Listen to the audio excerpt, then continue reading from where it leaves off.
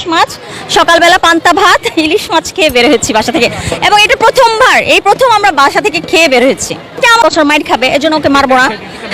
এটা শিক্ষা, এটা হচ্ছে পরম্পরা। অবশ্যই না প্রতিদিনে দেখা যাচ্ছে কালকেই মাইর খাবে, এটা কোনো কথা না যে আজকে মাইর খাবে না, বকা খাবে। এমন না যে আবার আমি মারি সারাক্ষণ আমার মেয়েকে। মা মার মতোই হয়, মা মাই হয়।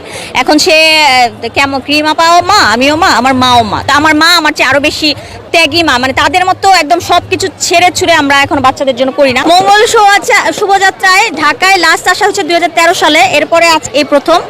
বিকজ আমি নরসিংদী চলে গিয়েছিলাম, এই প্রথম আমার মেয়েকে নিয়ে মঙ্গল শোভাযাত্রা। সকালে মিস করেছি আমরা, সকালে বাট 9টা থেকে আমরা এখানে আছি।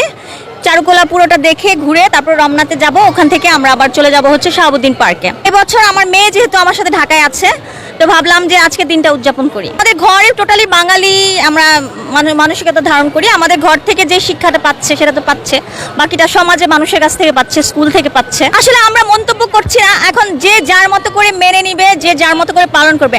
আমাদের কাছে শুভ নববর্ষ আমরা একটু ডিফারেন্টলি পালন করি।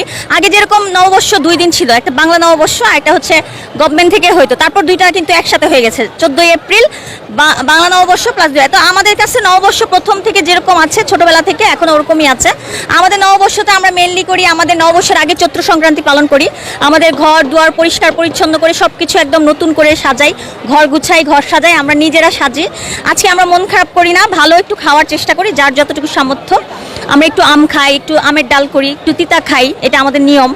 ভাত খাই মাছ দিয়ে, অবশ্যই সেটা ইলিশ মাছ হোক আর রুই মাছ হোক। তবে ফর্চুনেটলি আমরা এবার ইলিশ মাছ, সকালবেলা পান্তা ভাত, ইলিশ মাছ খেয়ে বের হয়েছি বাসা থেকে।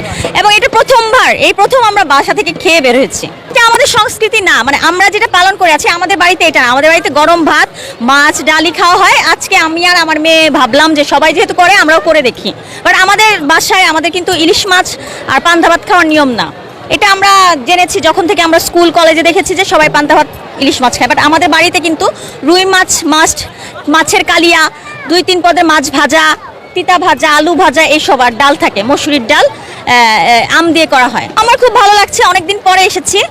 আমরা দুইজন সে বাড়িধার ডিওএইচএস থেকে 9টার দিকে এখানে চলে এসে আমাদেরকে ওই যে ইয়েতে নামিয়ে দিয়েছে, পরিবাগের মোড়ে। ওখান থেকে হেঁটে হেঁটে এত দূর আসলাম, ঘুরে ঘুরে দেখছি। আশা করি পুরো দিন ভালো যাবে, কোনো খারাপ কিছু হোক চাই না। আমার সাথে যেরকম চাই না অন্য কারোর সাথে হোক সেটাও চাই না। আমরা চাই সবাই ভালো থাকুক। এরকম একটা কথা প্রচলিত আছে যে আজকের দিনে যে যেটা করবে বা ভালো কাজ করলে পরে সারা বছর এরকম একটা করা হয়।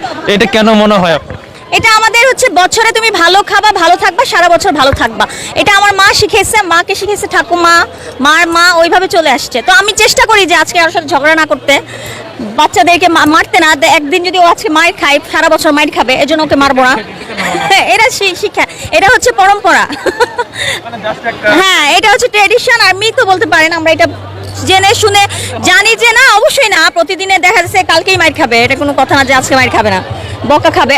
এমন না যে আবার আমি মারি সারাক্ষণ আমার মেয়েকে, জাস্ট আমি বলার জন্য বলতেছি। এখন তো আবার ঝামেলা আছে, বাচ্চা কাচ্চারে আমি কিভাবে পালন করতেছি 10টা মানুষ দেখতেছে। সো প্রত্যেকটা মাই তার জায়গা থেকে আলাদা, আমি আলাদা রকমের মা, আরেকজন আলাদা রকমের মা। না, ওনার চেয়ে ভয় পাচ্ছি না, বাট বেসিক্যালি মা মার মতোই হয়, মা মাই হয়।